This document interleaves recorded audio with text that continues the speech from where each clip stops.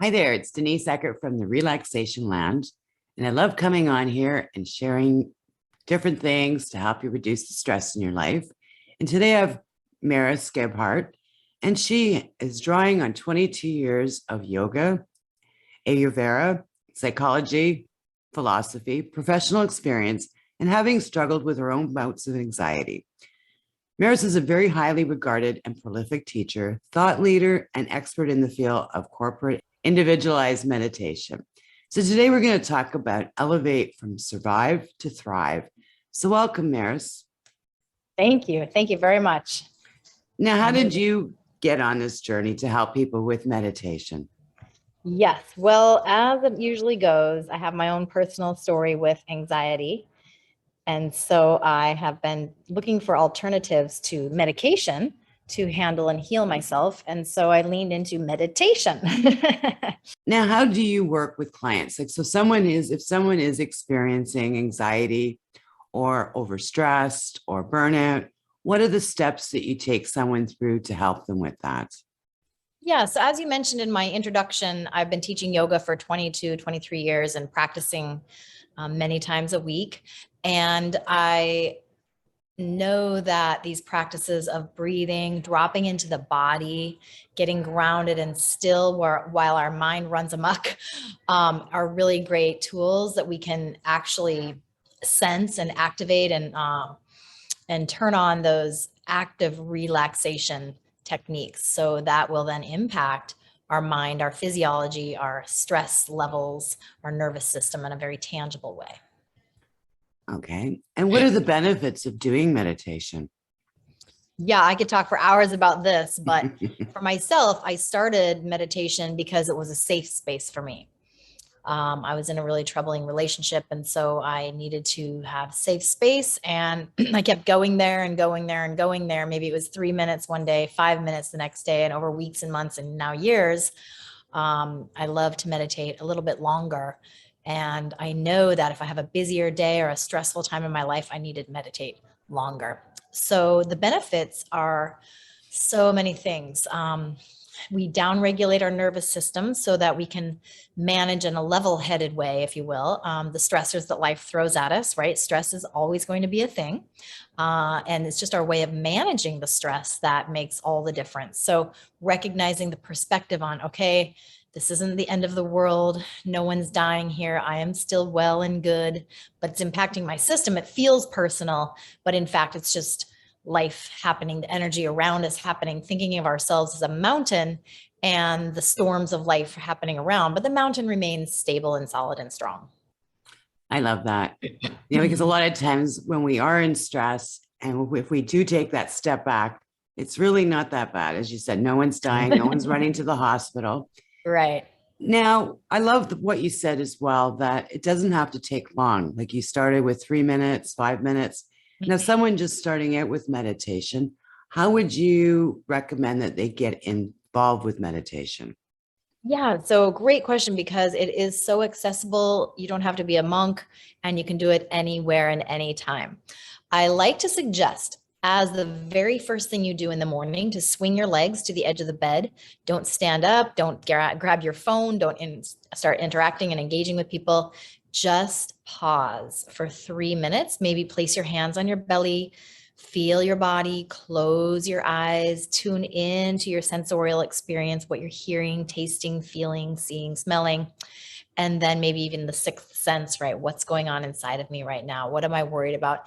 And then just let the thoughts come and go and come and go and come and go without attaching, trying to figure out, analyze. They're going to come, right? And when we get still, that's when we notice them. When we're busy and doing and interacting, we're still having all those thoughts and neurons firing. But when we get quiet, they get very loud. So our job is to just notice as a neutral witness, observing our mind with a bit of distance, like you're watching a movie. You're not of the mind, you're observing the mind. And then you have some more perspective, like you said. Yeah. Now, do you recommend just doing it in the morning or do you recommend it doing throughout the day or before bed? Good question. Yeah. So the rule of thumb is before coffee and computers and before dinner and drinks. So twice a day, before you let the world kind of affect and decide how you're going to be that day, what your mood is going to be.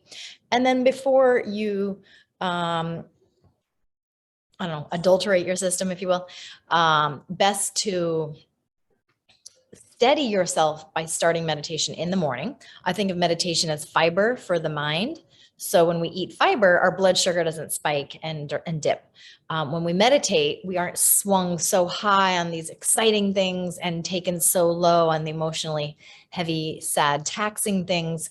We can be more steady and fluid. Yes, we experience joy. Yes, we experience sadness, but it doesn't throw our whole system into topsy-turvy tailspin and cycle or spiral up or spiral down, right? Those are hard to recover from.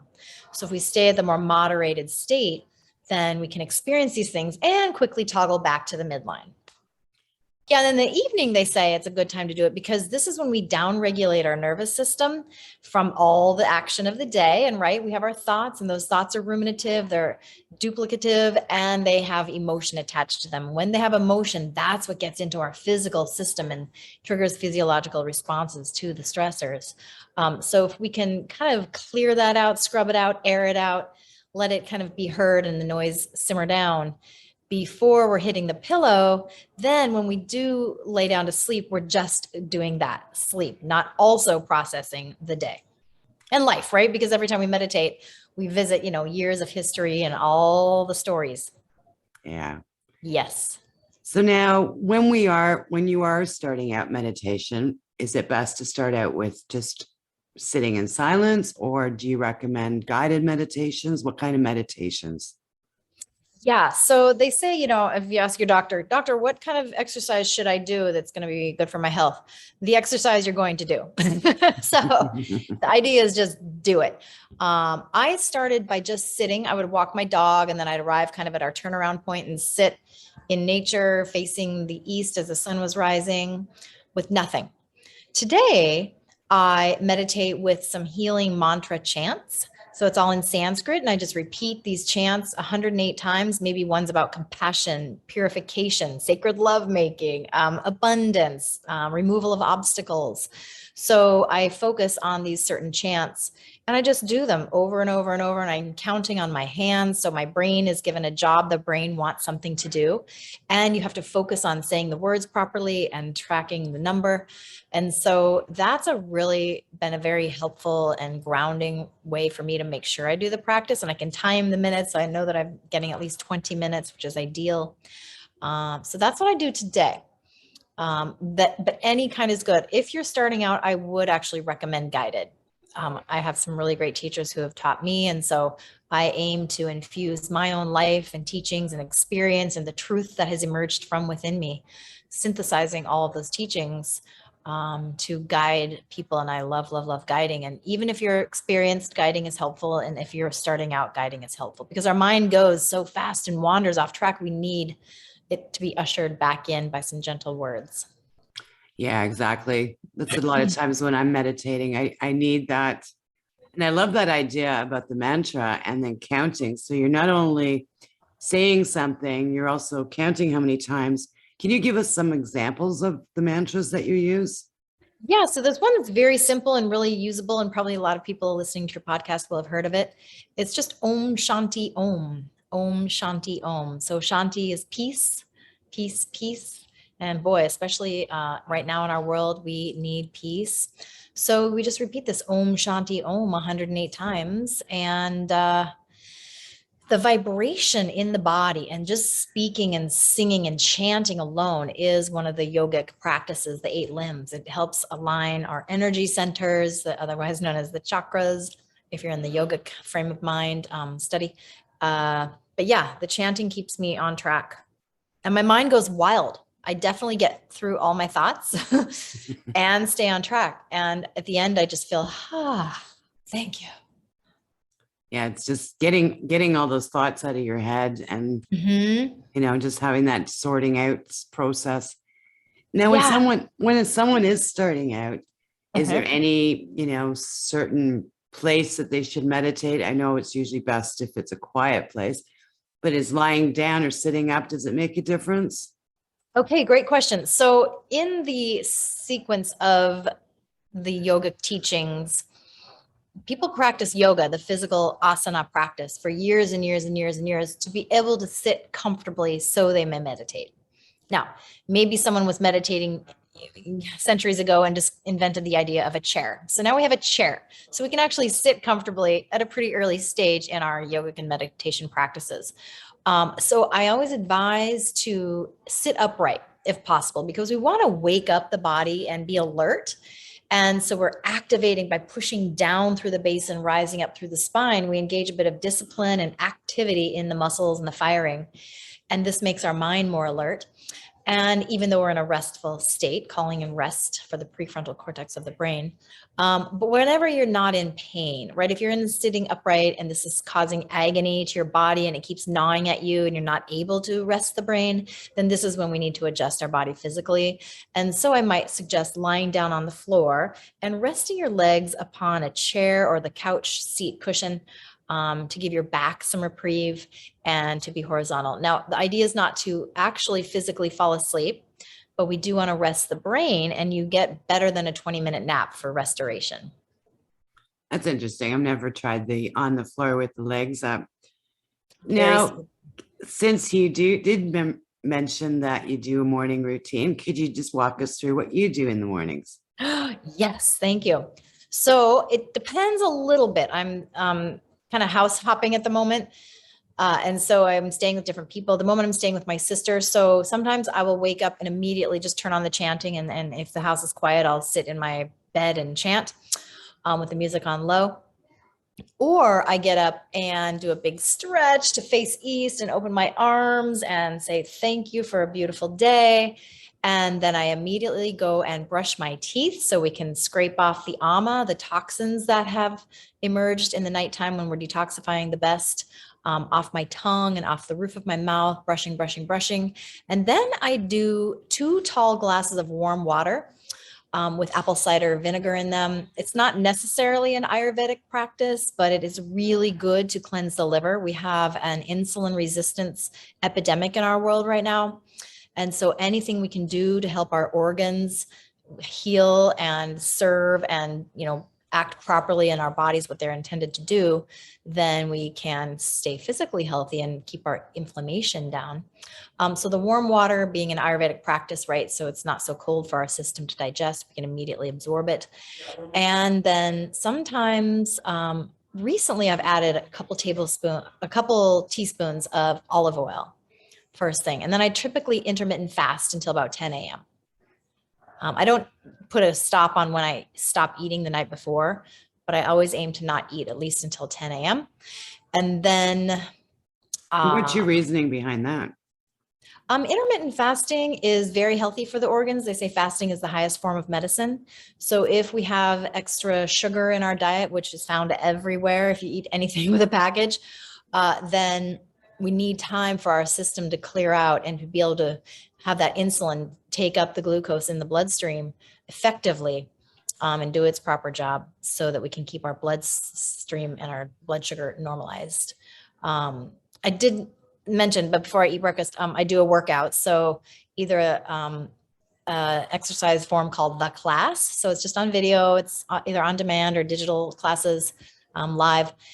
And beautiful system of emotional release therapy. So you're on a yoga mat, but you're not doing yoga and it's not Zumba, but you're doing a lot of movement that's intense and it hurts and it's uncomfortable and you get your body moving and you're listening to some nice music that are pretty intense with the, exciting music that gets your energy level high.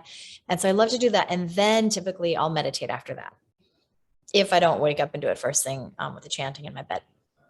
And so again, finding a comfortable, as you said, quiet place, ideally facing just not south. I always try to face a little bit east, but not south. And then sitting on something that's white and wool keeps the energy from dropping down and out of us and kind of rebounds back up. So we have upward lifting energy as we're relaxing and grounding. Boom, boom, boom, boom. So it kind of drops down and back up through our system again. Yeah, I love doing the morning routines. So now at what point would you get on your email or get on your phone? Yeah. So I do scan through the phone. They say to not look at anything for about the first 90 minutes of being awake. I'm still working on that one because, it impacts us, right? And it affects our nervous system. This is a known thing, social media, emails, stress, impacting the world coming in.